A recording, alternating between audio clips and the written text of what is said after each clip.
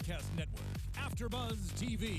Over 20 million weekly downloads in over 150 countries, and your number one source for after-show entertainment.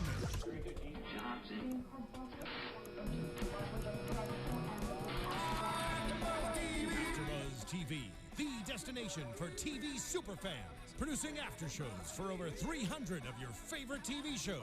Interviewing celebrities and showrunners. And bringing you behind-the-scenes exclusives. All thanks to E! Entertainment's Maria Menounos, producer Kevin Undergaro, and internet leader Akamai. Now, let the buzz begin! And I said, wrecked him and hardly killed him! Yeah, guys? We are one day away from, in my opinion, an awesome UFC Fight Night 83 from Pittsburgh, Pennsylvania. Is this what it normally was called, the Igloo? The Igloo? Because I know back in the day it was called the Igloo. I don't know if it's the same arena. It's now the Console Energy Center. Every arena has like some sponsor now. Right. It used to be the Arrowhead Pond of Anaheim. Now it's the Honda Center. I have no idea. My mic turned up. Either way, we had a great fight night last night. Cowboy versus Cowboy. Donald Cerrone versus Alex Oliveira. None of us were wrong about Cowboy winning. Alex Oliveira, a replacement for Tim Means. A lot of controversy there for Tim Means, I guess, failing his test. Well, I don't know that the B test has come out yet. He was flagged for a potential PED or steroid or something, but had not... I don't think it's been made official, but given the time frame, they could not. He could not fight on this one. Well, before we get into the fight night, let's introduce ourselves. You on the left, Jay's left. Hi, Stage my name left. is Laura Salazar, and you can call me LL, as he does. LL to my cool J. Bigger and better. Forget about Deffer. You can find me on Instagram, Facebook, of course, but not right now. I'm taking a break from it. I decided to take a break from social media for a little Is it bit. Lent? Is it because of Lent? Did you give up Lent? Or did you give up social media for Lent? No. Nah, she's Mexican. Oh, okay. I gave meat for Lent. But, Okay. But just taking a But break. you're Mexican. I know. But just taking a break. But I will be putting up, certain posts for from AfterBuzz. But other than that, I'm taking a break. All right. Awesome. Okay. And all the way to your right is George Hermoza. You can follow me on Twitter and Instagram at @GHermoza. What about the man in the middle? Let me just put away my cough drops here. Totally unprofessional. I don't know what I'm doing. Never have. Never probably will. JTAN716 all over your internet as usual. Awesome. So we had a great fight. I'm looking to see who's joining us here. Joe Boza, Joe Boza is in the house in the live chat. What up, my friend? How are you? He says, felt bad for Cody's opponent, Augusto Mendes. Yeah, no kidding. He was fined 20% for not dropping 26 pounds in 6 days. Well, 26 pounds in 6 days is a lot. 16% went to Cody, and then 4% went to the PSAC, the Pennsylvania State Athletic Commission. Yeah, fair. I don't really know too many details about that weight drop, but I know it was like a last-minute replacement. It was a catch weight. It was a catch weight, yes. yeah. Because of missed weight. If somebody is coming in on a catch weight or coming in as a last-minute replacement, and he's dropping significantly, 26 pounds in 6 days, if that's correct, that is super-duper unhealthy. I think I would let that fly. At least look the other way a little bit. Well, when I fought for Invicta, I went in 2 days, 2 days notice. I missed weight by 2 pounds, but did not find me.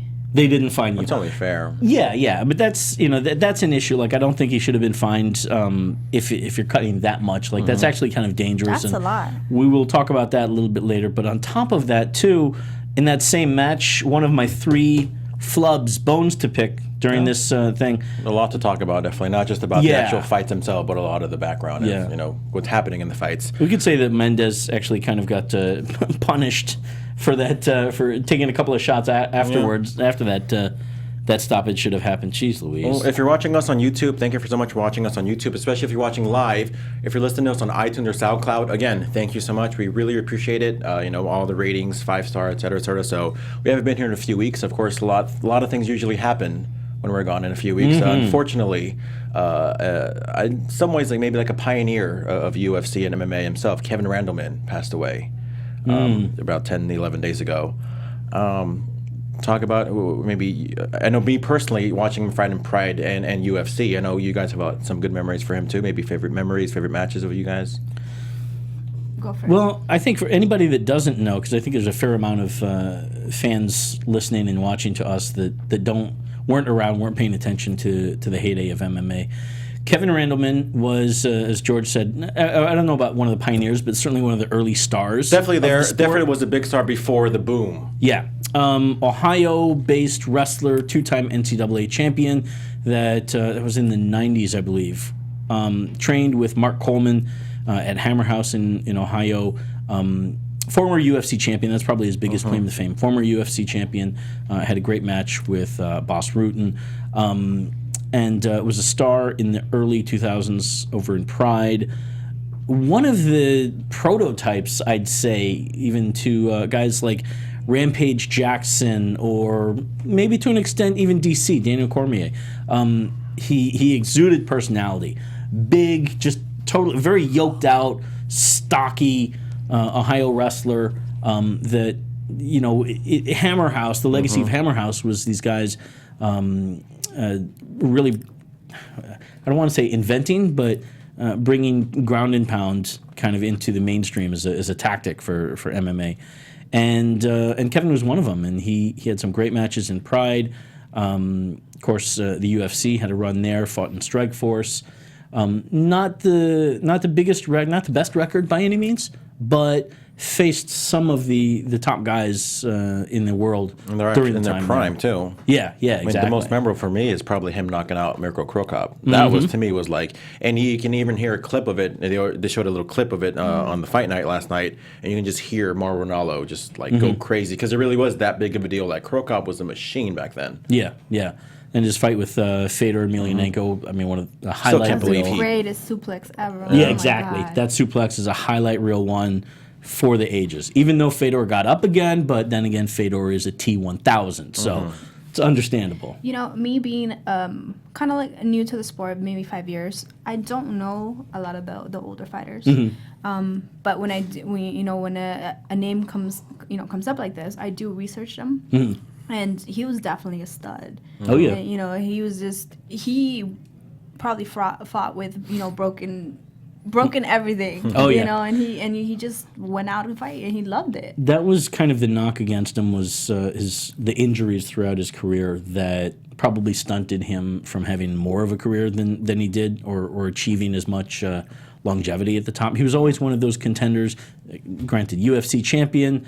I think he did defend once successfully and then lost, but he was a monster. You look at him and you go, that dude is a monster. He had the physique for it, the personality. He was larger than life, loved to talk, big, loud dude. I met him, worked with him a couple of times in passing when I was briefly at Pride.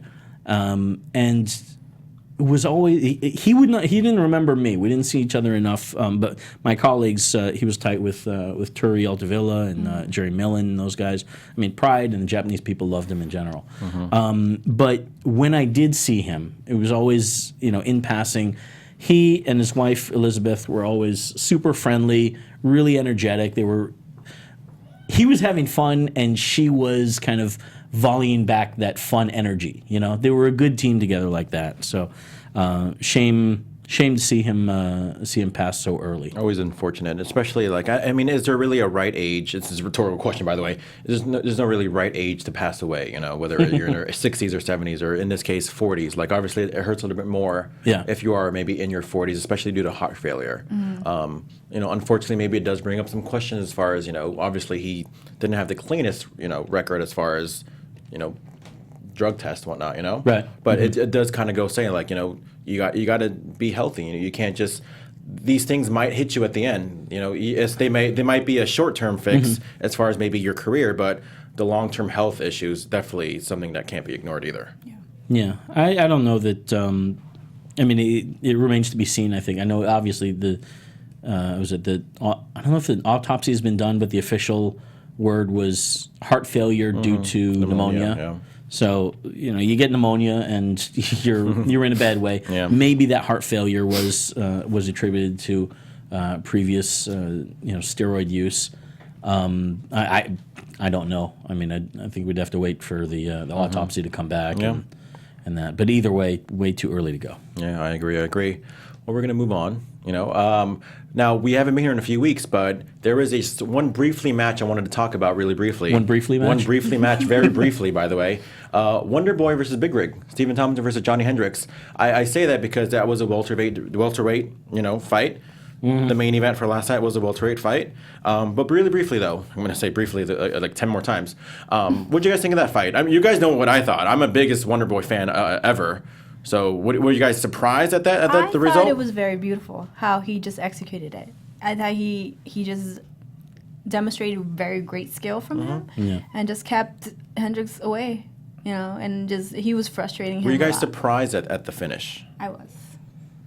I don't know. I don't think I was necessarily surprised. I didn't go in with a lot of expectations other than I thought Hendricks would probably be a bit more effective with his wrestling, but I saw the potential for Wonder Boy to finish.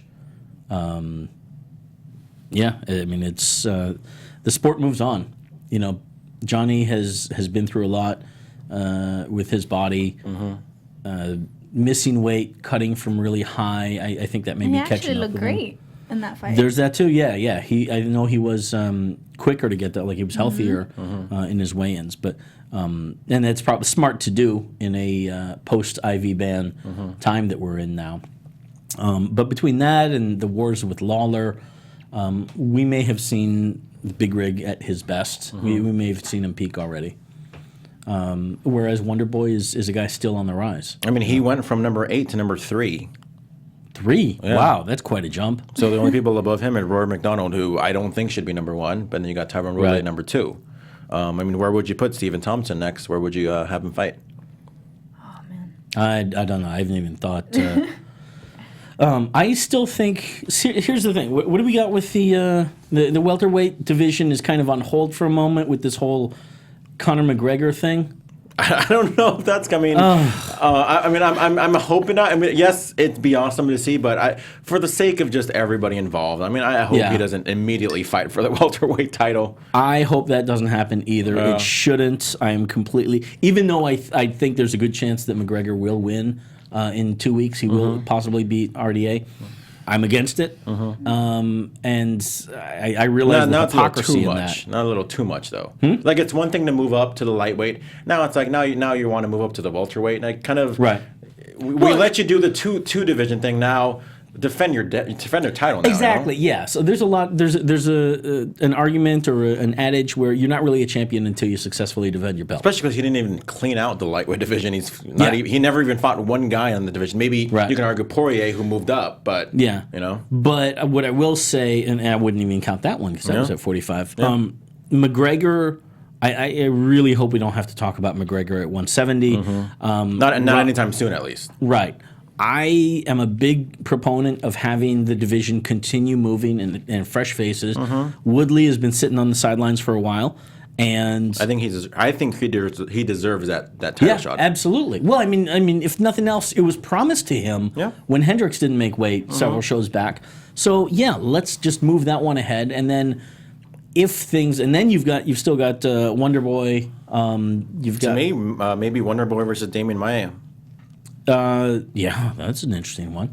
And you still got Carlos Condit. When it's not unrealistic to have a rematch there. Notwithstanding, because it was so close. I'm not. I want to see fresh faces get title shots. I agree. But it's not the end of the world. It's not unfair if Carlos Condit got a rematch there. So why you throw McGregor in there and you essentially stunt two different divisions? Even if he relinquishes the title, even if he vacates, that ruins it for everybody else in that division, which is not Conor's problem, but it is the UFC's problem if their guys are perceived as, well, they're okay, they're good, they're the champions of that division, but they didn't beat Conor. And that's just unfair to do to everybody. Well, it should be an interesting next few Joe weeks. Boza thinks that Conor's scared of Frankie Edgar. He says, let's be honest. I don't know, Joe. I don't know Conor well enough to say. I'm always hesitant. Actually, this is a good one for you, Al, because I'm always hesitant to say that a fighter is scared of somebody else. I think if you get in the cage You're not scared of actually You know what? throwing down. I think maybe he's not actually scared or ducking it, but maybe just kind of playing his cards right. To where Edgar is kind of like a He's getting antsy. yeah, and it's a danger to his title, you know. So he's You think that he's Edgar Connor thinks that Edgar is? Yes. So I mean, to me, fighting Frankie Edgar would be kind of, what's the word I'm looking for?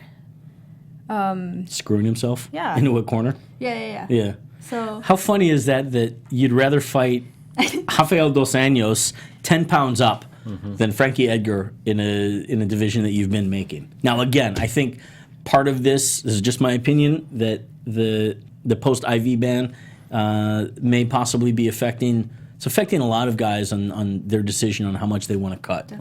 And that's fair. I don't hold that against any of them, whether it's Connor or whosoever. I may hold it against Dada 5000, but that's a separate conversation completely.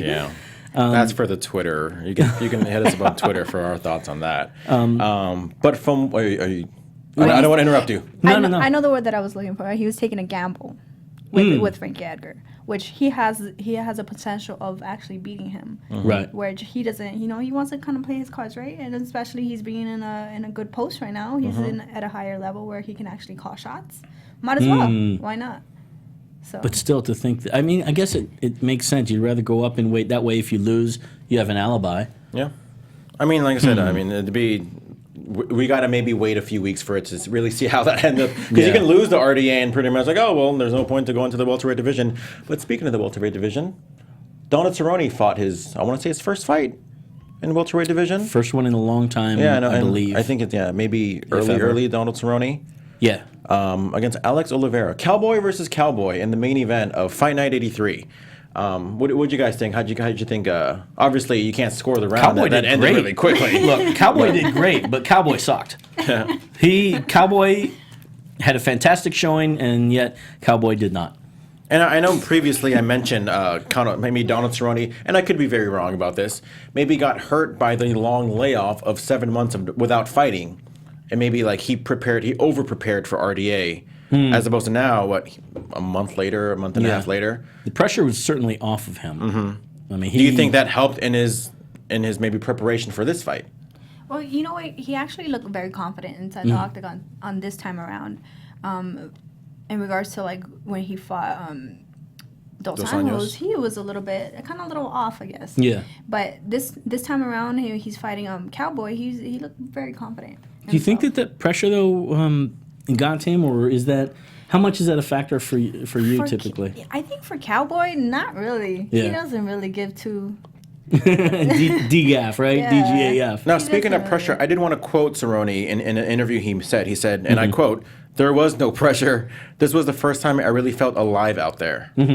Now, do you think do you think maybe he's more comfortable at welterweight, or just do you think it's do you think this is a one and done for him? I don't think it's a one and done. I think he'll always stay open. He also said, "I'm ready to go to Australia, or what are the next? Was it Brazil or Vegas, wherever the hell?" Yeah, he's ready to fight again. Now, granted, it was triangle choke in 2 minutes 33 seconds. What did strike me that a lot of people are not talking about in this match is Cowboy Oliveira came out, and it was the first time that I can remember really seeing Cerrone engaged with clinches from his opponent, clinch and tie knees and stuff. Oliveira was pushing the fight to him early on with the clinch, and Cerrone had to kind of survive that one. And then finally, when Cerrone got the takedown, that's that thing about him. This guy, kickboxing champion, I believe. I don't remember his credentials in kickboxing, but long-standing record in kickboxing, and yet people always forget this line of submission wins that he has. Jiu-jitsu is insane. Yes, yeah.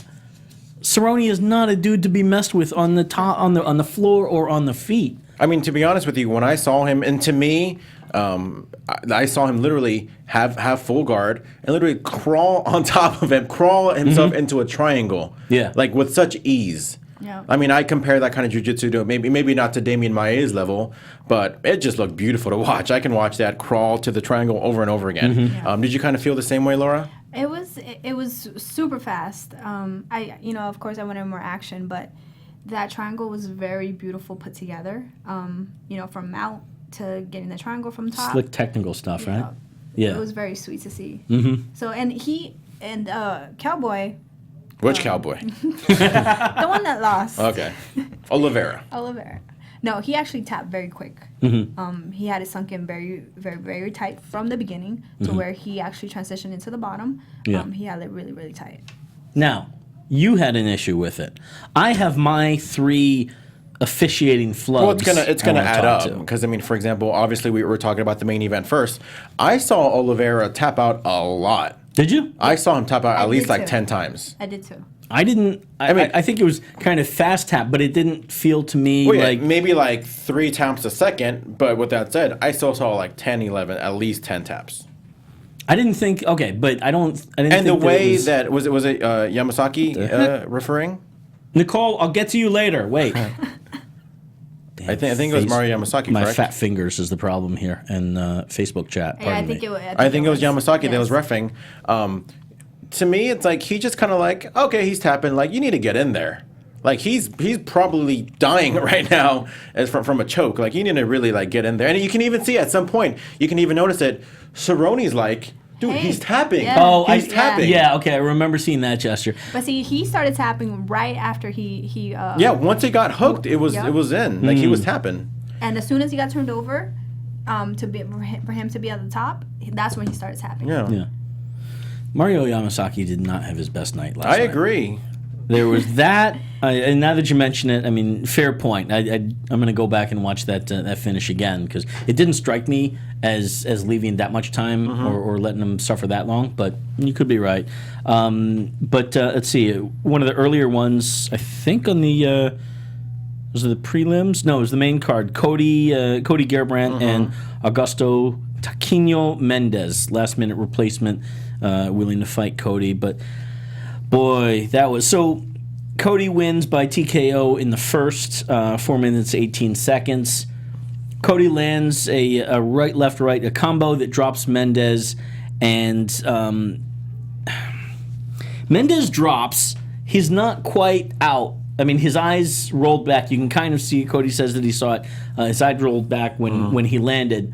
But then he was still... It wasn't like he was starched, right? He was kind of up. You could at least see... I think his head was a little bit above off the ground, so it's kind of like he was still conscious. But his body did go limp for a moment. Mario Yamasaki gets in between them and holds his hands out. Doesn't quite give the universal wave-off symbol. Also doesn't grab Cody and stop him. So Cody's thinking, as a fighter should, until the referee grabs you, you're in the fight. You continue doing it, and same... The first thing that comes to mind, ironically, is Victor Ortiz and Floyd Mayweather. When you don't drop your guard until the referee stops the fight. And the referee kind of did stop the fight. Mario was in between the two guys, but he didn't have his hands on either fighter to say, okay, that's it, done. So what happens? Cody keeps fighting, works his body around Mario, throws 2 more punches that Mendez takes, unnecessarily so, and then Mario says, okay, all right, now we're done, guys. Not a good showing. So you're saying he should have stopped it, or should just kind of like, dude, back off? He got his wasn't even body close to being done. Well, that's another argument as well. Yeah. Like if you're gonna, worse. My point is, if you're gonna stop the fight, stop the fight fully. Yeah. You can't half-ass it, and that's what a lot of people are kind of getting on Mario's case about. And I think it's quite fair, in my opinion. Now, from a referee standpoint, is the fight over as soon as he touches you? Yeah, when you touch the fighter, when you touch one fighter or another, and you verbally also should be saying, all right, stop, fight's over. Speaking of, because I know we've seen things go like, he'll touch the fighter and, go like that, as in waving your hands in the air. Because we've seen people where he'll touch the fighter and maybe, there was a penalty involved or just maybe get put. So it's not just touching the fighter. In control. Yeah. It's the fighter that's attacking or that's in control, saying, okay, that's it. Look, I understand Mario's a human being just like the rest of us, and there are moments when you're going to have those you're going to have a bad night, unfortunately. It's unfortunate, though, also that Mendez had to take 2 more shots, unnecessarily so. Because I do understand Mendez was out briefly, but then he kind of got back in, and Mario, I think, kind of mentally froze in that moment. Going, oh, shit, which way do I go now here? Go in, Yeah, out, yeah. In, out. Maybe he was just nervous. Trying to get on the Mario on Yamasaki. Dana White's good side. He's been to the dance a few times. But also, too, they don't work for Dana White either. Yeah. They work for the state. Dana White Yeah. rips him No. up. He rips Eve Levine all the time. He hates Eve Levine. Let's talk about Steve Mazzagatti. Oh, no. Let's not talk about Sorry, Steve no. Mazzagatti. No. I got those 2 mixed up. Yes, Mazzagatti. I meant to say Mazzagatti. I was thinking Mazzagatti. Yeah. But yeah, he rips Mazzagatti. No on a regular referee basis. or official should be worried about what Dana White thinks. The referee or official should be worried about scoring the match correctly and accurately if you're in that position, or if you're Like I refereeing. said, they don't work for Dana White. They work Safety for of the fighters. Exactly. Yeah, Dana White should have nothing to do. I think it was just all hesitation. Just kind of like, Yeah. you know. No, was that's what Because came it down to. happens. I mean, we saw Murgliata with Pat Barry and Czech Congo. To me, that's like I thought he was going to stop the fight, and I think it looks like he even grazed Pat Barry at some point, and just. I mean, obviously, we all know how that ended up. If you can always watch it on Fight Pass for $9.99, which is one of the best fights, like best worst fights I've ever seen in my life. Hey guys, completely Czech separate and unrelated. Well, separate but related too. I meant to say earlier with the Kevin Randleman thing. I think just for this week, what are we? Monday the 22nd of February right now. Fight Pass is offering Kevin Randleman fights for free. So if you aren't already familiar with the website and the digital service, it's a good chance to kind of sample it and see some fantastic footage. Go check that out. Especially got a lot of his pride stuff. Definitely watch him versus Krokop. Him versus Krokop. That's legendary on and its him own. versus Fedor Emelianenko. I'm guessing a lot of people already have seen that, but if you haven't, go check it out. But let's continue talking about the Cody Garbrandt. I mean, to me, I thought he looked very impressive. I know he's still training with Team Alpha Male. I mean, here's a guy who's on the rise. I mean, do you guys think that he's maybe one of the guys to watch in 2016? Yeah, But definitely, he's getting a little bit more skilled. I seen a very fast. What's his name? Help me out, guys. Mendez, No. Cody Garbrandt. Yes. No love. Cody. Mr. No yes, Love. Mr. No Love. He looked phenomenal. He looked fast. And you know, he showed very good technique, I think. Yeah, he was throwing fast is right. I mean, that's certainly the word. Throwing a lot of like knockout blows. They felt like they were kind of big looping shots. Not necessarily the most technical, but it looks like he was out to take a head out there. Definitely. You know, and I think some of that probably was the weight cut issue. I'll have to go back and listen to some interviews, but I know that there was an agreement to, I think, 140, maybe it was 140 as a catch weight, and then it went up to 141 and 142. But this match almost didn't happen. I mean, a week prior to that, he didn't have an opponent, Exactly. right? His opponent fell out. So you should be happy about getting the match saved at this level. There was maybe three matches on this card that actually had last minute opponents. Yep. Lauren Murphy had one. Oh, that's right. Kelly Fashholtz? Is that how I don't want to butcher her name, but Kelly and Lauren Murphy, Fashholtz, I believe, which ended up getting fight of the night, as it should have. What a fantastic match that one was. But you're right, Tim Means fell out as well, and Tim Means, Alex and then Oliveira his opponent as well. Yeah, So. yeah. It was a strange night. Lot of Sam Alvey was supposed to fight too. I'm sorry? Sam Alvey was supposed to fight. He was going to fight on this one? Yeah, Daniel Sarafian. Oh, that's right. Former AfterBuzz alumni. And how that match happened. Jeez. I was going to say, it's a weird, a few weird trends in this show because of all these first round finishes. Let me take a quick look here. The last 3 matches were all first round finishes. Some good action on the undercard as well, including that Daniel Sarafian Oluwale That was a fun fight to watch. KO. Yeah. You also had at least three bad officiating calls, or controversial to say the least. So first round finishes, bad calls, and what was the third trend I was just going to mention? Something else that happened. Cowboy versus Cowboy. I don't know. I'm blanking. It's near my bedtime, folks. So Don't going back to blame Cowboy me. Cerrone, not the vet, but Cowboy Cerrone, would you have him fight next? If it was up to you, said fight me wherever. Would you have him maybe try to see if he can rise up in the welterweight division? I'd Would you have him maybe Cowboy face do whatever somebody Cowboy wants to do. He'll have me watching. If it was up to you, would you have him in the welterweight division, and for his next fight at least? Definitely. I think he looks good out there at 170. He definitely looked a lot more fuller. Yeah. Like he always looked like a very skinny 150, like very skinny. He's 6'1". He's my height.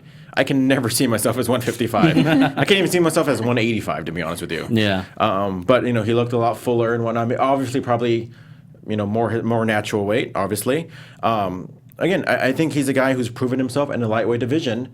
Why not just try to see if you can maybe crack that top 15 division? I think a lot top of 15. I think a lot of guys are going to start experimenting with this. I don't know personally what Cerrone's cut typically is down to 55. I don't know what his experience was getting to 70 in this one, but I do know that when you don't have to cut all that weight and you feel healthy.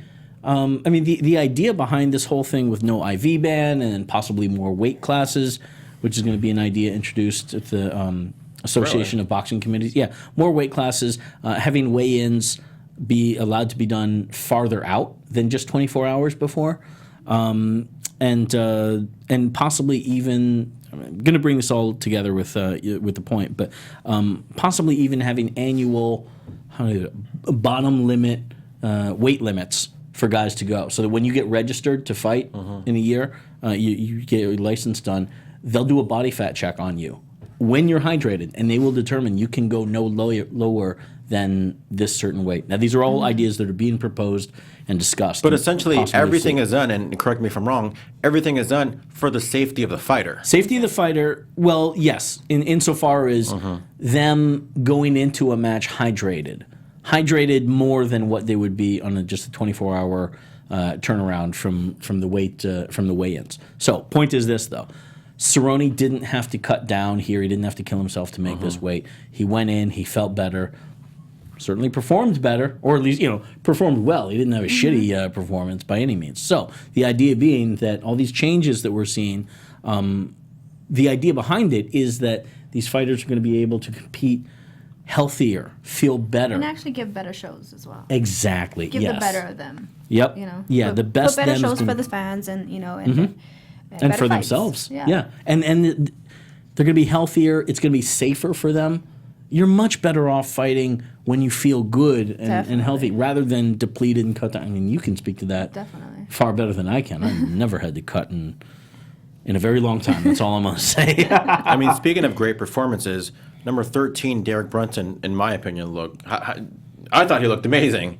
He looked flawless against Juan Cornell. Juan Carnero, Jucao, yeah. Yeah, a lot of good swift movement there. I think he's a guy on the rise. He's a guy to watch in 2016 as well. Yeah. That was, let's see. So Jucao kind of overextended on a punch and slipped, and Brunson swarmed in, and just fired. Let's see. I counted 100,000 punches. He was firing shots upon shots upon shots. You think somebody bought the bar out with that many shots going on. And Keith Peterson was just letting him go. Jucao was kind of cornered up at the bottom of the cage, and Brunson was just going to town with lefts and rights, and referee let it slide. He gave Jucao plenty of opportunities to try and get out of there, and he didn't, and finally called off the match. That was another one I was a bit iffy on, saying that I think the match could have been stopped a little bit earlier. Yeah, I was kind of surprised that it went that long. Interesting. What do you think, Laura? I thought it was a good stoppage. He showed a little bit of work from the bottom. He was, but in between those shots, it's hard work. So, but it's a good stoppage though. When you're in that scenario, when you're dealing with that, how do you walk that thin line between worrying about if the referee thinks that you're going to get stopped? Well, I mean, you haven't dealt with that, or I've actually dealt with them. Have you? Yeah, You've been in that position? Invicta fight, actually. Okay. And it's just it's hard. It's hard to you're getting the blows to your head. Yeah. You don't know what to do, but you kind of have to keep moving, right. You know, sure. Okay, they're gonna stop it if I don't move. Right. So, you know, I try to move as much as I can, but sometimes the damage is too, you know, it's too much, and you just can't take too much. Were you like conscious or coherent enough that you can be there and say, "I'm okay, I'm okay, I'm okay"? Yeah, because if you do that too often, is it gonna get? I could actually listen to my coach. Yeah. So okay. I was listening to him while those shots were coming to my head, and they were actually elbows, by the way. Oh, jeez. That yeah. So yeah. That's even worse. Yeah, but you know, overall, on the stoppage, I thought it was good. It was a good stoppage. He showed a little bit of work from underneath, and you know, he stopped. It was just enough to get by, you think? Yeah, it wasn't enough damage. Yeah. After that, so. Yeah. I agree. You do too. Yeah. You have, I thought you have more issue with the Yamasaki. Yeah, with Oliveira tapping out. Yeah. I mean, and even said, and I quote, this is Dana White's tweet, 10 taps before Yamasaki stops it after Cowboy Cerrone tells him, and he was looking right at it. Wow. 4 thumbs down emojis. Well, if Dana is saying 4 thumbs down, I guess it must be true. I mean, it's something I noticed too. Like, I didn't really. It was one of those things where I noticed, like, oh, that took a while. And then I saw Dana White's tweet. I'm like, oh, let me go back. And you can literally, like I mentioned before, you can literally see Cerrone telling the ref he's tapping out right now. Right, yeah. So I look back and I'm like, wow, Yamasaki did have a bad night. Mario. But speaking of Derek Brunson, I mean, here's the guy on the rise. 3 straight first-round knockouts. That guy's here to stay. Where would you guys rank him? I know there's a big fight next week with Gegard Mousasi versus Talis Ladies. I don't know. Maybe the winner of that maybe can face Derek Brunson. Sure, I'll take your word for it. I don't have the rankings up in front of me here. Well, we have Derek Brunson at number 13, yeah. Gegard at number 9, and Talis Ladies at number 10. Uriah Hall at number 11. I did hear, maybe it was in the post-fight press conference, Uriah Hall apparently calling out Brunson, and Brunson was all about that. Oh. Maybe that's one in the works here. I mean, we definitely see Brunson probably going to go up to maybe number 12. I know Rafael Natal looked good in his last fight as well. Mm-hmm. Again, we're talking about like 11 through 15. So, you know, obviously everybody's going to look for that one fight to crack that top 10. Mm-hmm. So another fight that kind of followed up was I was just reading about him too. Chris Camazzi and Joe Riggs. Chris Camazzi, I think I saw an article on him that said, like, here's your average guy. Like, just owns a shop in the middle of nowhere. Very nice to everybody with his wife. What kind of shop? What does he do? Just sells clothes. A clothing store? Yeah. Really? In the middle of nowhere? Yeah. Chris Camazzi Clothing. Yeah. In parts unknown. Yeah. Okay. I sure. mean, he was saying he kind of changed up his training a little bit. I mean, obviously, whatever he's doing, he looked good. I mean, then again, you can't really say much about Joe Riggs. I mean, here's a guy who I'm afraid to look at his face. I think you can say a lot about Joe Riggs, but dude, that's an old 33-year-old. Yeah. I mean, Joe Riggs is also from another generation. Yeah. Even prior to the Kevin Randleman.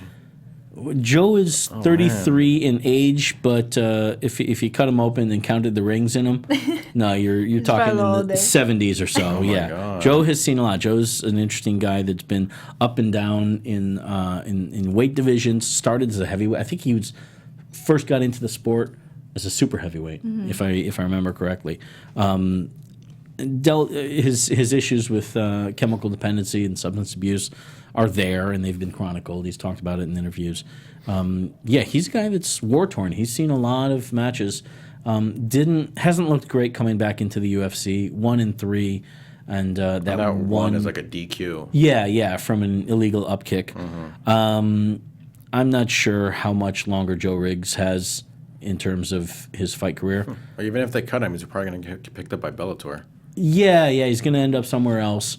I don't know what else Joe Riggs has, unfortunately, in terms of what else he can do outside of life. I mean, there's a lot of these guys that this is what they did, this is what they gave their heart and their soul and body to. A lot of these guys, maybe we just don't know, but this is all they know for some people. Jen's they don't know anything else. A lot of the times, I mean, it's very hard to kind of let it go because you put so much heart and soul into it. Yeah. That's all you know, and I think that's a lot of fighters have a tough time parting with fight life.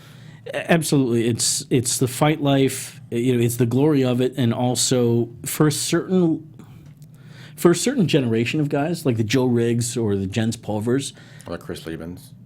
possibly Chris as well. Yeah, he came out. His heyday was a little bit after the fact, but there was a time when this sport doesn't love you back in general. Okay, but these guys were killing themselves for these small shows, Indian reservation shows, unregulated outlaw shows, for lack of a better phrase, and they gave themselves to that world, and the money wasn't there. The sport wasn't as accepted as it is now. And even now, there's a lot of guys that are debating, do I even want to really be in this sport? Is it a viable way for me to make money, have a career, and stuff like that?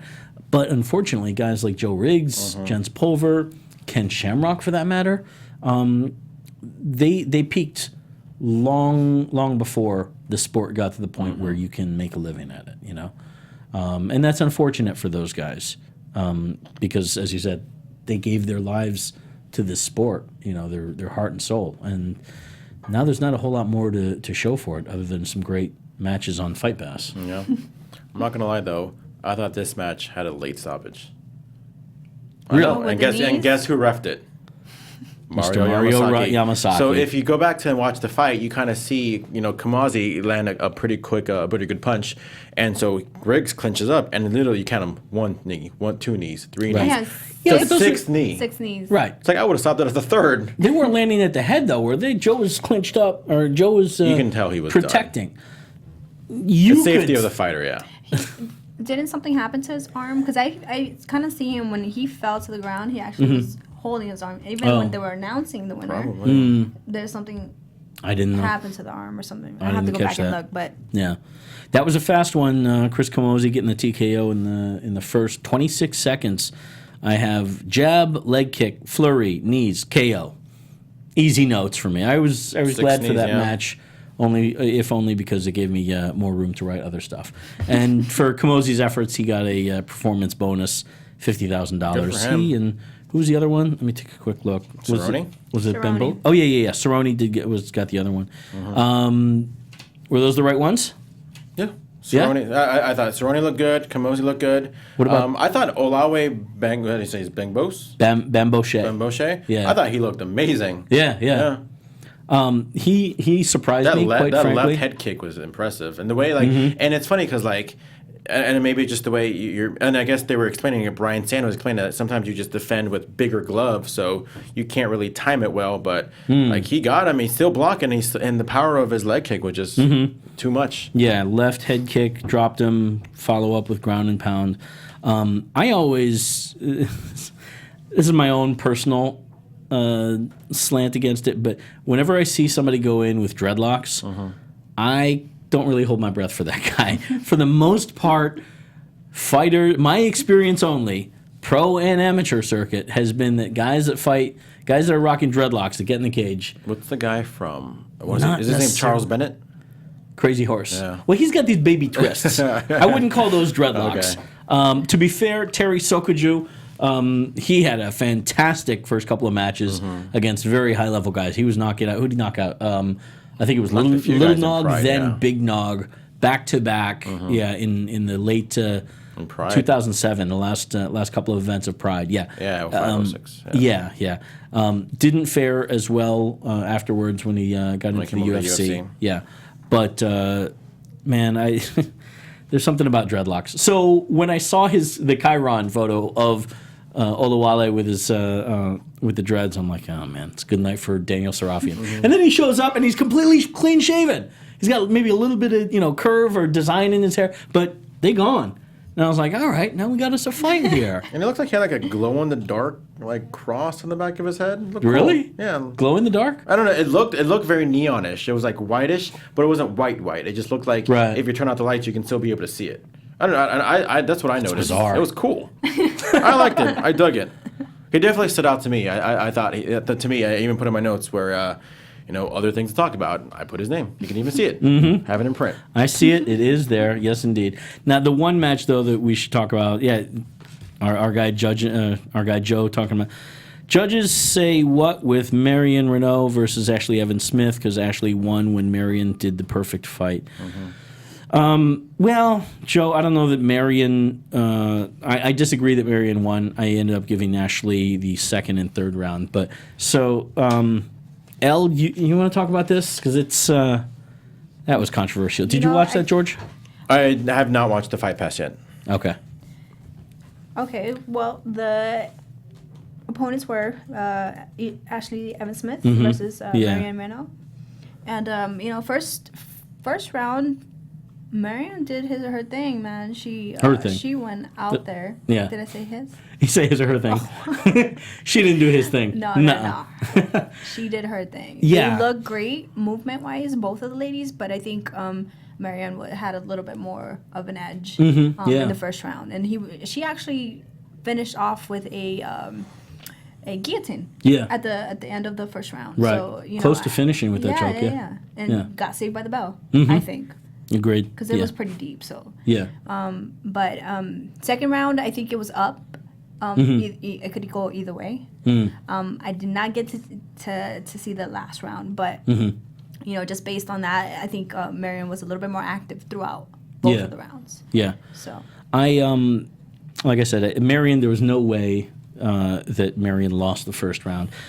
The scores is what we want to talk about here. Ashley Evans Smith comes away with a split decision win, 30-27 for her, 29-27. The dissenting vote that scored for Marion Renault was 28-29 for Marion. That's understandable. I don't agree with that one. But here's the problem. 30-27. When you guys watch this fight, and it is airing again, I believe, on... Oh, no, it's a Fight Pass. I'm sorry. Again, go to Fight Pass, $9.99. There's no way that Ashley Evans Smith won that first round. There could not have been a 30-27. And then the... even in the first round, Ashley Evans Smith almost got knocked out. Yeah. Got knocked out. Against the cage. Yep. And still. And the guillotine choke. Yeah. It was Marion Renault's. And then there was one score, 29-27, which, unless there's a 10-8 involved, which no round was close enough or was wide enough to have a 10-8, that's the only way you can come up with that score. Guys, it's out on Google. Go take a look and do a search for Marion Renault, Ashley Evans Smith scorecard. One of the judges, the 29-27, added his numbers wrongly. Either the judge did and the inspector, because the way that it works, somebody collects the cards from the judges, and then it goes to the lead inspector, and lead inspector sits there and writes it down on a piece of paper. He has a form that he fills out. So, but that miscalculation, I'm guessing it got transferred over from the judge itself. And they're probably just not double checking the scores, which they should have the simple math squared away well enough in your head to be able to double check those figures there. Do the math. So 29-27, it wouldn't have made a difference if the score was correct, because it would have been 29-28 for Ashley Evans Smith. She still would have won by split decision. That's the one guy that did score the first round for Marion Renault. So the guy that screws up gets it right in the way that the other two guys that got it right or could have got it wrong, screwed up completely. This thing was a total mess all over the board. Common Core math has invaded to state athletic commissions, and if that's the case, guys, we're screwed. It goes back to a few years ago. You had Jamie Varner versus Melvin Goulart, and I bring this up all the time. You literally had two judges go for Varner, 30-27, and the other judge vote Melvin Goulart, 30-27. Like, that's so, exactly. Wow. Yeah. It can be done because if they're all three very close rounds. They weren't close rounds. Okay. I remember that fight, and I just remember, I do not. I just remember, specifically listening to the results of that fight and be like, what? Yeah. What judge is this? If you go back, it was UFC 155, Dos Santos versus Velasquez 2. Okay. It was on the prelim card. Right. But yeah, go back. It was like, what? That was so Yeah. That's weird. Very rarely will you see that. Speaking of, I guess just bad officiating. Another thing I thought it was bad roughing was main event for the prelims, Sean Strickland versus Alex Garcia. You guys get a chance to watch that fight? I did. Strickland looked good. I'm trying to remember what Strickland was the looked finish good. You know, in the middle of the middle of the third round, 3. you literally see Alex Garcia like on wobbly legs. And of course, you know, as a viewer and not just as a viewer and as a ref, you should know that the guy doesn't have to be knocked down to be knocked out. Right. And you can literally see, like, you know, I'm watching it on you know, somebody's on Fox Sports UFC Twitter. I know you can't really. I'm trying to show you guys, and I know a lot of people are trying to listen, so I'm sure you guys can listen on to iTunes us. are losing out now. I'm sure you can listen to us and, you know, watch it on Twitter. You literally see, like, Alex Garcia's legs, like, you know, he can barely even walk. He can barely even stand. And that, to me, I thought that should have been fight him out maybe like 3 seconds before that. That's a lot of unnecessary damage for Alex Garcia. Yeah, it was. He was definitely wobbly there. He was on queer street, as they say. I mean, the refs are there to kind of maybe stop the, you know, most of the damage that you are gonna get. You know, and a lot of these stoppages are kind of iffy. Yeah. This referee Bill Buckwalter, Walter, not a name that I recognize. I'm guessing that he's kind of a more regional guy. That was the thing. It was all over the place with the decisions there. If there's one thing that was consistent, decisions. if there's one thing that was consistent about last night, it was the inconsistency of the officiating. I suppose you could say that. Yeah. Joe Boz is saying, I wonder if Marion will drop down in the rankings. She's number 11 in the women's division. My thoughts on that is I don't know that they'll necessarily treat... I mean, I think it's... Again, I think Ashley Evans Smith won that fight fairly, even though the scores were all screwed up. So I wouldn't be surprised if there was a drop. You know, it seems more of the outrage just seems to be that the 2 judges scored that first round for Ashley. So yeah, maybe a drop, but you know, certainly not a indication of her being on the downslope, if you will. So, is there anything else about this card that, you know, stood out to you? I think we kind of covered a lot. Yeah. It was you know, it had some very good action in there. There's James Krause did a great job there. That was fight of the night nomination, in my opinion. Him versus Shane Campbell. I thought Nathan Coy looked pretty good against Jonathan Webb. A lot of people were counting on Jonathan Webb to be one of the guys to watch. Yeah, it wasn't his night. Coy grinded him out quite a bit. And Coy is a guy that has also been like long time coming, getting to the UFC. And I know you saw a lot of him on the last season of The Ultimate Fighter. Yeah, we spoke with him a couple of times. Season 20. Yeah, spoke with him a couple of times by Skype. And yeah, good to see him get the win. I still think I'm still pretty high on Jonathan Webb. You know, but we'll have to see him come back on the next one. But speaking of the next one, we're going to be back next week. Yes. But before we, wrap it up, we want to hear some predictions. We want to hear some. Oh, there you go. My favorite thing is to just pretty much get it out of nowhere, just so it's like, oh, I can just send you back to MC now. Oh my God, where's the button? Okay, we got it. But next week, again, we'll be back covering it. UFC Fight Night 84 from London, England. The top 2 fights were from, by the way, on Fight Pass. Completely on Fight Pass. Completely on Fight Pass. So long are the days where you can have to pay to see Anderson Silva for $40, $50. Now for only $9.99. You can see Anderson Silva. But before we talk about his fight real quick, the semi-main event, a middleweight clash, Gegard Mousasi versus Talis Ladies. Former main eventers, former champions in their own right. Gegard Mousasi being a champion, Strikeforce, and Ladies almost became champion when he pretty much lost to Anderson Silva. He was a champion in a one-off show here in California. He beat Matt Horwich. Promotion. Superior Challenge? What's that? Superior Challenge. I don't think it was Superior. Was it? According to Wikipedia, I don't it think. is. Oh, okay. All right. That was in Sweden, though. Right. Oh, they fought again in Sweden? I think they did, yeah. Jeremy Horn and... No. I don't remember. It was a one-and-done promotion.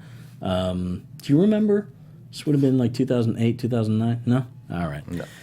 Whatever. You guys are better at that. I think Gegard Mousasi by knockout with a 2-1-2 combination at 4 minutes, 13 seconds. of the second round. We haven't seen him in around 7 months since he lost to Uriah Hall. So he's looking to bounce back. Yeah. Hopefully. I just put it on my butt. I don't know what's going to happen. And then the return fight of Anderson Silva. First time in 13 months since he fought Nick Diaz in that entertaining fight. That was cool. I thought Silva was scared of Nick. Like, what the hell No, is this guy doing? Have you guys seen the trash talking between them? I have. I haven't. I haven't been able to catch it. I have. Bisping and it's very it interesting. I think I do a pretty good Anderson Silva impression, so I'll kind of say it right now.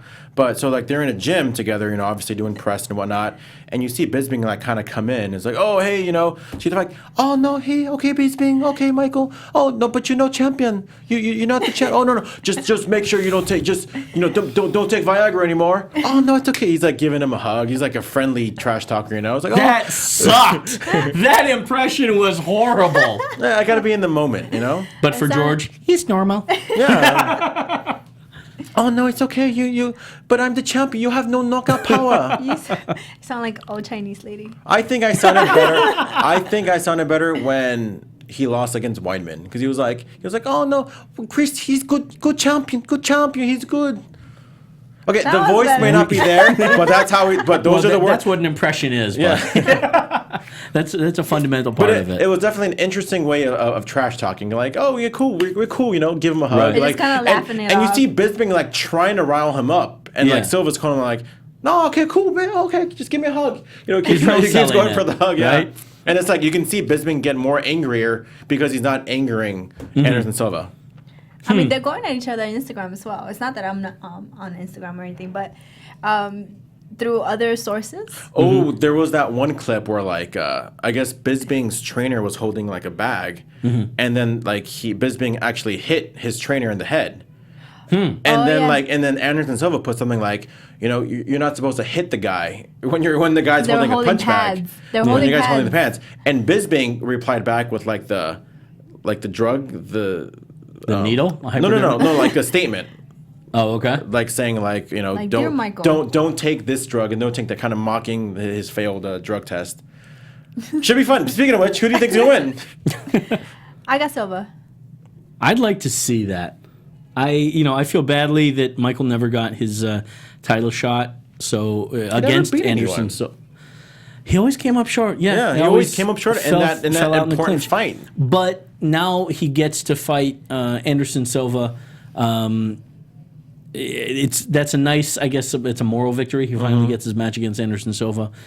But I want to see Anderson Silva continue. I want to see with Bisping, we're used to him losing the big one, right? That it seems to always happen with him. I'd like to see some more Anderson Silva impressive wins.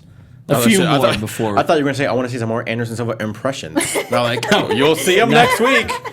God, I hope not. You'll see him the next Sunday. We're going to be back on our Sunday normal time slot. That's I know right. today we had a Sunday night, so we had to cover it Monday night.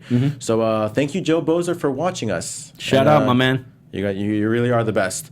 But in the meantime, where can they find you on the socials of the media? Well, I will be back on social media, Instagram. You can find me at Lethal Laura, 1 L in the middle.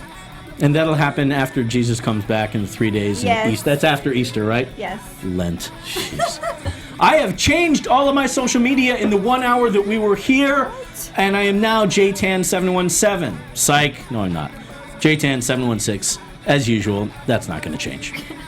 And you can follow me on the Twitter and on Instagram at GHermoza, GHERMOZA. We will be back on Sunday night. I cannot wait to see you guys one more time when we cover Silva versus Bisping. Almost forgot his name. Anderson Silva, Michael Bisping. Lots of great fights coming up. Thank you. Absolutely. We'll talk about it more next week. Thank you so much for listening on iTunes, for watching us on YouTube, listening to us on SoundCloud. And if you see us in the street, say hello. We'll see you next week. From executive producers Maria Menounos, Kevin Undergaro, Phil Svitek, and the entire AfterBuzz TV staff, we would like to thank you for listening to the AfterBuzz TV network.